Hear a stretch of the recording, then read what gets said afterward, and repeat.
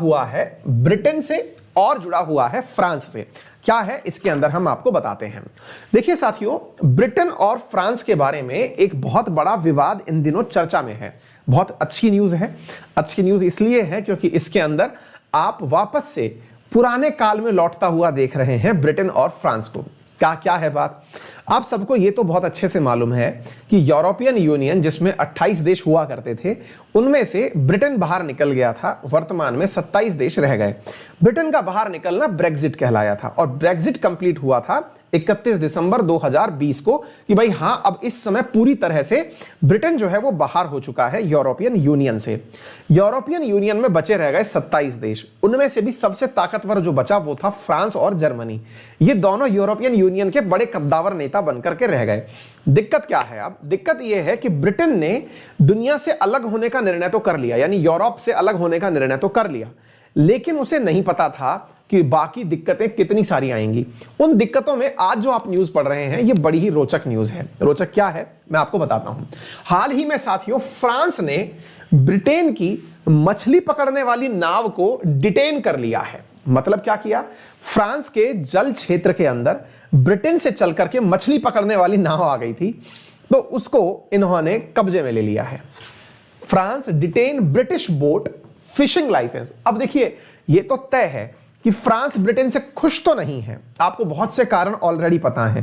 भाई पहला तो ये ब्रेग्जिट कर लिया, ये तो कारण सबको पता है। दूसरा, आपको मालूम होगा कि फ्रांस के मुंह से एक प्रकार से समझिए निवाला छीन के ले गया अमेरिका। तो बोले अमेरिका ले गया तो इसमें ब्रिटेन की क्या कहानी है?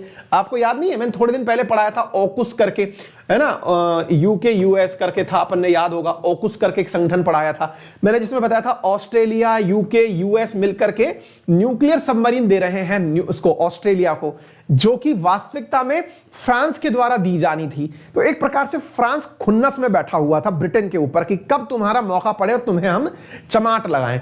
तब ऐसी स्थिति में ब्रिटेन से मछली पकड़ने के लिए फ्रांस में आई एक क्या बोलते हैं नाव, उसके जल क्षेत्र में, और साहब इन्होंने पकड़ ली। अब जैसे ही पकड़ी, इसके ऊपर यूके ने वार्न कर दिया है फ्रांस को। यूके ने जो है धमका दिया है फ्रांस को, क्या कह करके कि बेटा हमारा प्रॉपर तरीके से रिटेलिएशन लिया जाएगा। ये बिल्कुल ऐसा हो रहा है ना। आप लोगों ने कई बार देखा हो तो इंडिया पाकिस्तान के केस में ऐसी बातें सुनने में आती हैं। भाई इंडिया पाकिस्तान के बीच में कोई भी झगड़ा हो जाए तो तुरंत उसके मतलब जो टिप्पणी आती है हमारे नेताओं की कि इसका उपयुक्त बदला लिया जाएगा या फिर इसका प्रॉपर तरीके से, ऐसा अब यूरोप के अंदर हो रहा है। समझ रहे हैं आप? मतलब ये ऐसी घटनाएं हैं जो अपने जनरली हमारे क्षेत्रों में सुनी नहीं जाती हैं। यूरोप को हम समझते हैं ये पढ़े लिखे लोग हैं, समझदार लोग हैं। हम लोगों को ये कहते हैं थर्ड वर्ल्ड के लोग हो, तुम लोग झगड़ते रहते हो। हमारे झगड़े इन्हें लगता है थर्ड वर्ल्ड, तीसरी दुनिया। और अब तुम्हारे यहां पर बेटा मछली पकड़ने को लेकर लड़ाइयां हो रही हैं, जिसमें ब्रिटेन धमका रहा है फ्रांस को कि इसका भैया बहुत अच्छे से वो लिया जाएगा, बदला लिया जाएगा। UK and France are the loggerhead, आपस में झगड़ रहे हैं लाइसेंस ऑफ फ्रांस वेसल्स को लेकर के कि यार तुमने हमारे साथ गड़बड़ कर दी। अब ऐसा हो क्यों रहा है, आइए हम बताते हैं। पोस्ट ब्रेग्जिट फिशिंग रो है क्या फ्रांस और यूके के बीच में? अच्छा, इस मसले को आप समझें इससे पहले मैं आपको एक मैप दिखा देता हूं, उससे आप इसे बहुत अच्छे से समझ पाएंगे। देखो बेटा, ये अपने सामने यूरोप का मैप है। इस यूरोप के मैप में आप ये जो लाल कलर का देख रहे हो ना, ये है ब्रिटेन।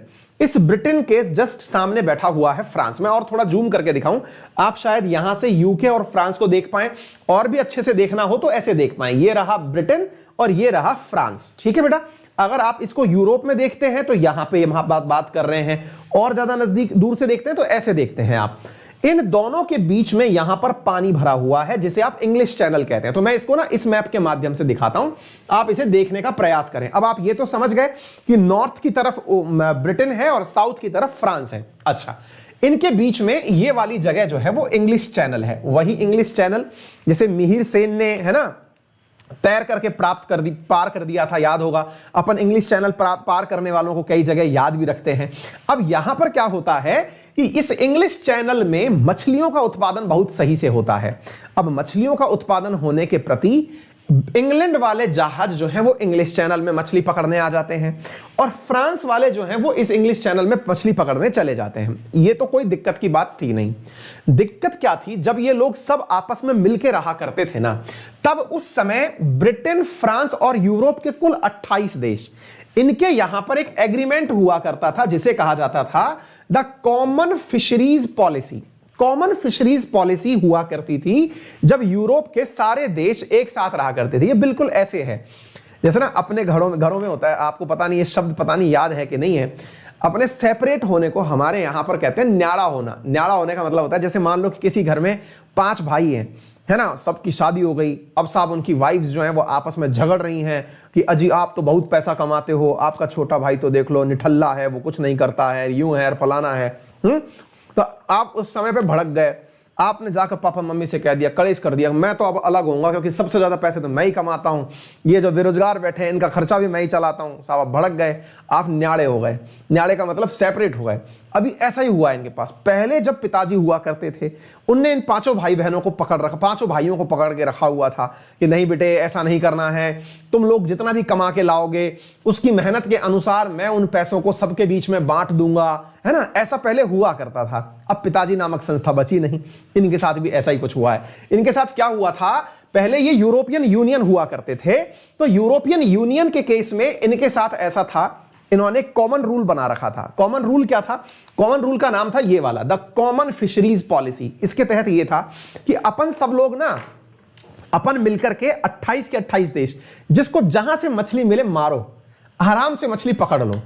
अब मछली पकड़ करके सब देश, जिसके पास कोस्ट भी नहीं है, जिसके पास जगह भी नहीं है, वो भी मछली पकड़ ले। स्विट्जरलैंड वालों से कह दिया एक काम करो तुम भी पकड़ लो, हैं। लग्जमबर्ग वालों से कह दिया तुम भी क्या याद रखो पकड़ लो। लिंचेस्टाइन वालों से पकड़ लो यार, तुम लोड मतलब मछली जिसको पकड़नी है यूरोप में सब मछली पकड़ो।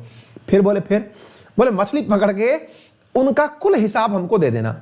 कुल हिसाब मतलब कि भाई मैंने इतने किलो पकड़ी, मैंने इतने किलो पकड़ी, इस तरह से पूरा हिसाब दे देना। 5 भाई थे, 5 ने अपनी अपनी कमाई पिताजी के सामने लाके रख दी। पिताजी कौन? ब्रसेल्स में बैठा हुआ यूरोपियन यूनियन का मुख्यालय। कि साहब हमने इतनी इतनी मच्छी मारी। बोले अच्छा, बोले बहुत बढ़िया। अब बोले जिसका सबसे बड़ा कोटा मतलब जिसका क्षेत्र सबसे बड़ा, यूरोपियन यूनियन खुद डिसाइड करेगा या भाई तेरे नाम पर चल, हमने इतना इतना मछली का जो बिल है वो तेरे नाम पर बांध दिया क्योंकि तू सबसे ज्यादा कमाऊ पूत है घर का, तो चल तेरी कमाई को हमने साइड में रख दिया। ऐसे करके यूरोपियन यूनियन ने सबके कोटा डिसाइड किए हुए थे। ठीक है, तो सबके कोटा डिसाइड हो गए, कोटा सबके पास हो गए कि हाँ भाई तेरा इतना हो गया, तेरा इतना हो गया, सब खुश हो गए, बढ़िया चल रहा था साथियों। अब क्या होता है कि यहां में से बड़ा भाई जो है वो अलग हो गया। बड़ा भाई कौन है? इंग्लैंड अलग हो गया। इंग्लैंड अलग हो गया, इसने कहा ना भाई मेरी मच्छी मैं ही खाऊंगा, बढ़िया से पैदा करूंगा और बेचूंगा और मैं तो और पैसे वाला हो जाऊंगा। ठीक है साहब, तो ऐसी स्थिति में इनके यहां पर नियमों को फिर से लिखा गया, यानी घर के अंदर फिर सलाह मशविरा हुआ, नियम फिर से लिखे गए। नियम में इंग्लैंड को कहा गया कि तुम एक काम करो, तुम्हारा जो टेरिटोरियल वाटर है, टेरिटोरियल वाटर होता है बच्चों उसके क्षेत्र से समुद्र के अंदर 12 नॉटिकल माइल तक का, यानी कि इतना जो पानी है ना, ये 12 नॉटिकल माइल तक का, इसमें तो सारी मछली तुम्हारी। इसके बाद में जो 200 नॉटिकल माइल तक का क्षेत्र है, जिसे अपन एक्स्ट्रा टेरिटोरियल वाटर कहते हैं, जिसको अपन SEZ भी कहते हैं, उन EEZ भी कहते हैं, उसके अंतर्गत कहा गया कि तुम आराम से, कोई और अगर मछली पकड़ने आता है तो उसे मछली पकड़ने के लिए लाइसेंस दे सकते हो। मान लो कि तुमको लगता है कि 200 नॉटिकल माइल्स तक अगर कोई मछली पकड़ने आए और तुमको चाहिए उसमें से रेवेन्यू, पकड़ने के लिए तुम लाइसेंस दे दो सामने वाले को कि हाँ भाई लाइसेंस ले ले, मैंने परमिशन दे रखी है तो तू पकड़ ले, परमिशन नहीं दे रखी है तो तू नहीं पकड़ेगा। ठीक बात है, ये भी सही है, अच्छी बात है। अब इधर देखो आप, होता क्या है कि इन दोनों ने अपने अपने क्षेत्र इंग्लिश चैनल में बांट लिए कि भाई इतने की मछली तू पकड़ेगा, इतने की मछली मैं पकड़ूंगा। कोई दिक्कत नहीं थी। दिक्कत कहां से हुई कि इंग्लैंड ने अपने 2 आइलैंड यहां बना रखे हैं। इसके खुद के 2 आइलैंड हैं जिन्हें आपको समझना बहुत जरूरी है। क्या है बेटा? ये जगह है जिसका नाम है जर्सी। अगर आपको याद हो, अपन न्यू जर्सी नाम से जगह सुनते हैं, असल में ये जर्सी नाम से एक जगह है, यहां पर एक आइलैंड है। ये असल में है इंग्लैंड का, और देखो बैठा कहां है? बिल्कुल फ्रांस के सामने बैठा हुआ है। ऐसे ही एक आइलैंड है जिसका नाम है गुर्नसी, एक आइलैंड है जिसका नाम है सार्क, एक आइलैंड है जिसका नाम है एडर्नी। अब ये जो आइलैंड्स हैं, ये आइलैंड सारे के सारे इंग्लैंड के हैं। अगर हम यूएन क्लॉज की बात माने, यानी कि यूनाइटेड नेशंस के सी ऑफ लॉज फॉर सी जो है, यूएन क्लॉज जो है, अगर हम उनकी बात माने तो इन सब के आसपास के 12 नॉटिकल माइल के जो क्षेत्र हैं वो टेक्निकली किसके हो गए? वो टेक्निकली हो गए इंग्लैंड के, यानी कि ये सारे के सारे क्षेत्र इंग्लैंड के हो गए। मतलब आप ये पकड़ के चलो कि फ्रांस का इस तरफ जो गल्फ ऑफ सेंट मालो वाला जो पानी है, इस पूरे के पूरे पानी का अधिकांश हिस्सा तो इंग्लैंड खुद लेके बैठ गया। पॉइंट तो है यार भाई। टेक्निकली नियम क्या बना था, अगर आपको याद रह गया हो तो नियम तो यह बना था 12 नॉटिकल माइल तक की मछली आप मारोगे। अच्छी बात है, लेकिन साहब वो 12 नॉटिकल माइल मेनलैंड इंग्लैंड से है कि इंग्लैंड के जो भी हिस्से हैं वहां से है। भाई यूएन क्लॉज तो कहता है कि टेरिटोरियल वाटर तो जहां किसी का आइलैंड है वहां से भी 12 नॉटिकल माइल काउंट किया जाएगा। तो भाई जर्सी से अगर आप 12 नॉटिकल माइल काउंट करते हैं तो ये पूरा क्षेत्र भी जो है ये किसके कब्जे में आ गया? इंग्लैंड वालों के आ गया। अब ये इंग्लैंड वालों के कब्जे में आ गया, ये बात फ्रांस वालों को बर्दाश्त नहीं हुई। बोले ये तो फुल चीटिंग हो गई हमारे साथ। हमारे चीटिंग क्यों हो गई? बोले यार चीटिंग ये हो गई कि इंग्लैंड वाले हमको लाइसेंस ही नहीं दे रहे, हमारे क्षेत्र में मछली पकड़ने का लाइसेंस नहीं दे रहे, हमारा क्षेत्र है ये।